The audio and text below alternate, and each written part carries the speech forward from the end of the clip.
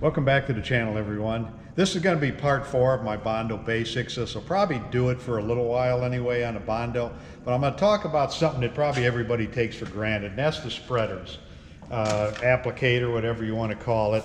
Now, if you've seen the other videos, the only one I used was this size right here.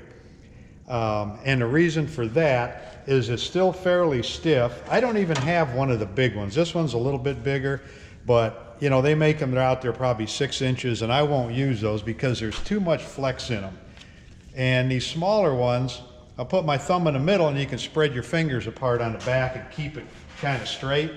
But those oversized ones, they bend too much. And when you're pushing on your Bondo, all they're doing is putting like almost like a little gutter in there, like a little gully.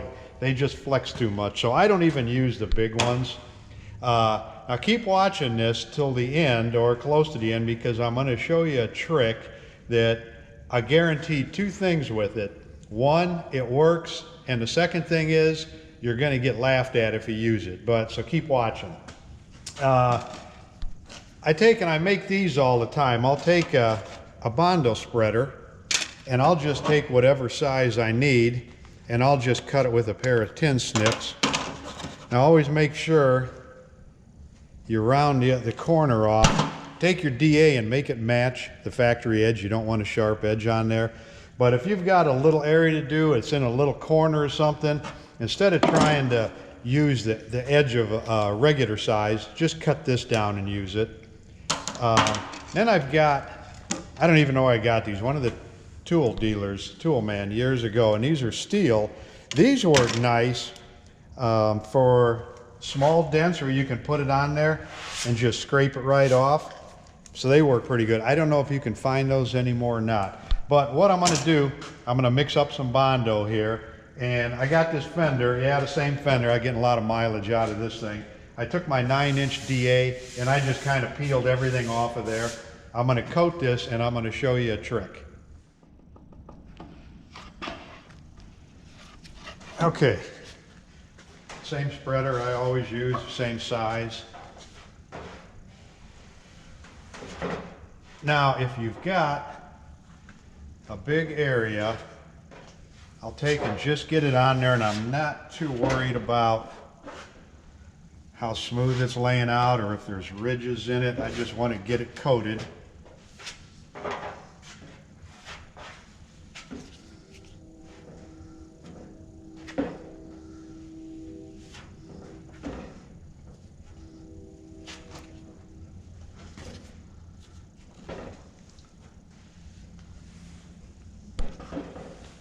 And with this trick I'm going to show you, you want to make sure you've got plenty on there. You don't want to skimp.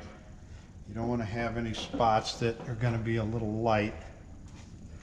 Okay, now this trick I learned back when I was probably 19, 20 years old, worked in a shop, and old timers were doing this.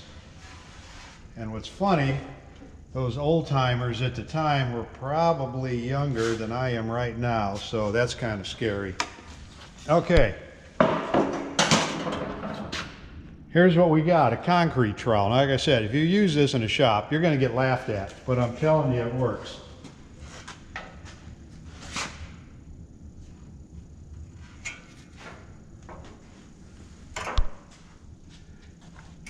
That'll put it on there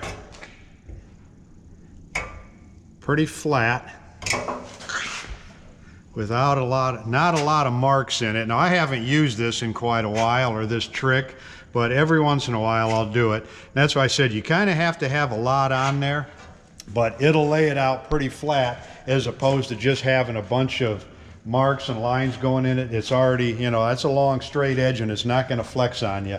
So I don't know if anybody does this anymore. It's been years since, you know, I've seen these old guys do it in the shop, and I've used it a few times now and then, not a lot, but it does work, I guarantee it. It's pretty flat if you got a big area. Actually, this isn't that big of an area. Something like the center of a door works good. You get a lot of pressure on it, pull it down, and, you know, go ahead and try it. Send me a comment, see what you think. Maybe you think it's, you know, stupid idea. I don't care.